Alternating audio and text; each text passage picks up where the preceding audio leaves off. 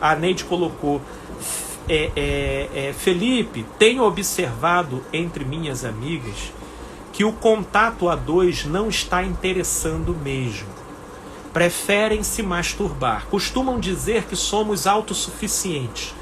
Pode ser a maneira como são maltratadas. Você tocou num ponto, sabe, Neide? Você tocou num ponto interessantíssimo. Obrigado pela questão que você trouxe, Neide. De fato, nós somos autossuficientes. Mas nessa contextualização, eu queria trazer uma reflexão, porque tem coisas muito bacanas para trazer nessa questão que você levantou. Né? Existe muita gente se entregando de cabeça para a imaginação e a satisfação autoerótica por ter se deparado com uma experiência traumática de natureza relacional. Ok? E esse trauma produz, né, uma fobia tão grande nessa pessoa relativa à possibilidade de ela revivenciar esse tipo de experiência, que ela se desencanta com o interesse de tentar novamente.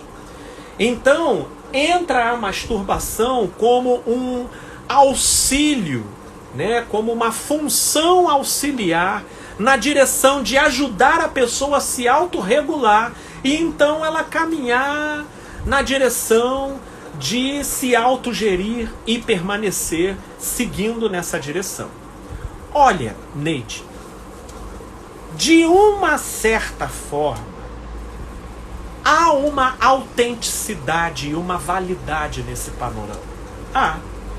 Porque se tratam de pessoas vivas, né, com as suas funções, né, estáveis, saudáveis, né, de fato, dependendo do ponto de desgaste e de trauma que elas chegaram em relações que elas tiveram, elas vão preferindo levar a coisa dessa forma, até para, de uma certa maneira, diminuir nelas a demanda de necessidade de reencontrar alguém para então desfrutar de uma suposta completude.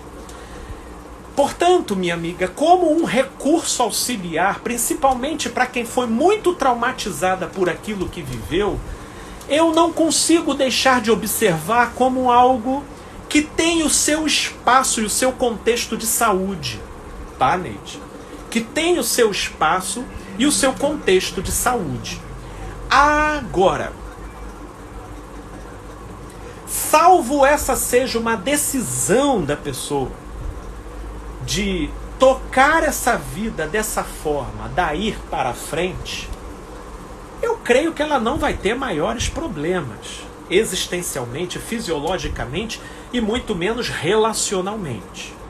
Porém, sendo honesta com ela mesma, se ela no fundo se mostra aberta para quem sabe de repente conhecer alguém e desfrutar de uma nova experiência, dependendo de como ela se entrega para esse tipo de compensação, talvez ela possa encontrar um obstáculo.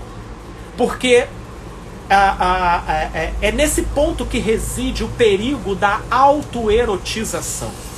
A autoerotização, ela implanta na pessoa uma configuração tão peculiar, tão própria,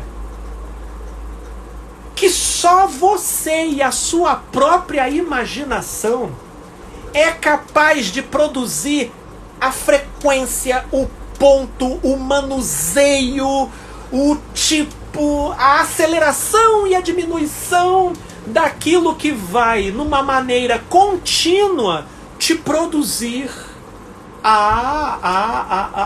o momento ápice, né?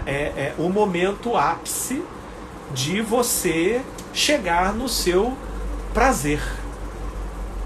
E isso fica tão personalizado que dificilmente alguém do lado de fora vai conseguir vai conseguir se compatibilizar com esse código em sânscrito escrito em braille.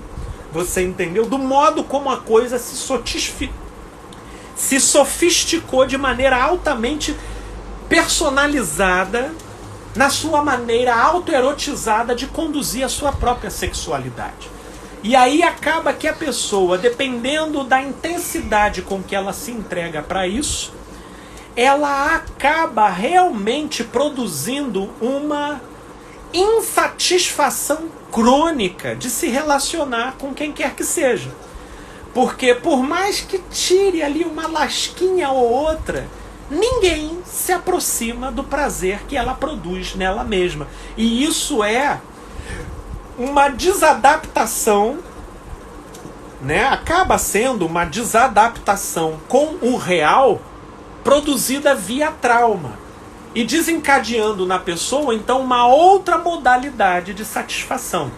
Por exemplo, por exemplo, uma coisa que eu já lidei também, mulheres viciadas em vibrador. É o vibrador. O vibrador não há dúvidas. Eu fico a imaginar. O vibrador deve levar uma mulher viajar, fazer viagens não só para fora do país, mas para fora do planeta, né? Deve levar mulheres a viajar para Vênus, Marte, Plutão. A grande verdade é que qual o homem que conseguiria produzir aquele tipo de velocidade, intensidade, tanto quanto ter um manejo tal que corresponda exatamente o movimento, a cadência e até a própria manipulação que a mulher consegue fazer com o próprio vibrador, de modo que neurologicamente, psicologicamente, aquele prazer ele vai se tornando tão intenso e aquilo vai moldando, né, a sinapse, né, a orquestração, né, da atividade de uma tal forma que quando chegar um homem com o seu reles pênis, né, com o seu reles, né, pênis, né, meu Deus do céu, é você querer dar um pirulito para um magnata, você entendeu? É como o Bruno está dizendo aqui, né? Nem a dança do Creu na velocidade 5, né? E aí, agora isso, por exemplo, em algumas mulheres eu já vi produzir angústia. Eu não quero nem questionar aqui. Ih, eu tive aqui a visita de um... Não sei se dá para vocês verem aqui, ó. Cadê? Ali em cima do meu livrozinho, tá vendo? Tá aqui assistindo, ó, voou ali, ó, foi pra parede, tá assistindo a live. Não sei se esse tema tá excitando meu amiguinho. Ele tá aqui, meio desvairado. Ih, agora caiu aqui em cima. Mas fica aí, filhinho. Só se você ficar por aí não faz mal, não. Mas tudo bem. Então, o que acontece? Toda essa situação e era isso que eu estava temendo. Um besourinho aqui. Eu vou ter que estar fugindo dele aqui, minha gente. Cadê ele? Sumiu. Voltemos.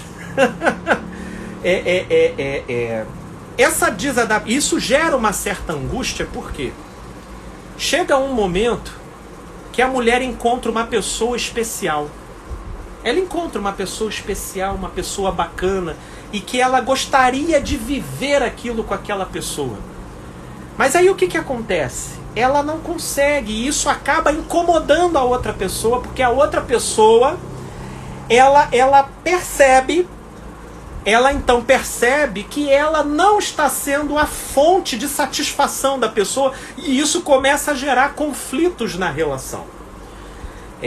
Portanto, né, nós temos aí portas de entradas para dilema, onde nós agora estamos chegando, e eu preciso fazer um desfecho, onde a imaginação é a porta do mundo de Nárnia.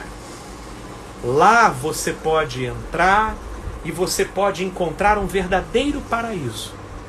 Mas nesse mundo aqui a gente vive para aprender que a gente, com ele, a gente tem que conciliar uma série de campos de força. E quanto mais a gente consegue articular essas forças dentro de uma produção equilibrada, mais adaptado nós estaremos para viver a realidade sem dela nos queixar ou sem dela nos traumatizar.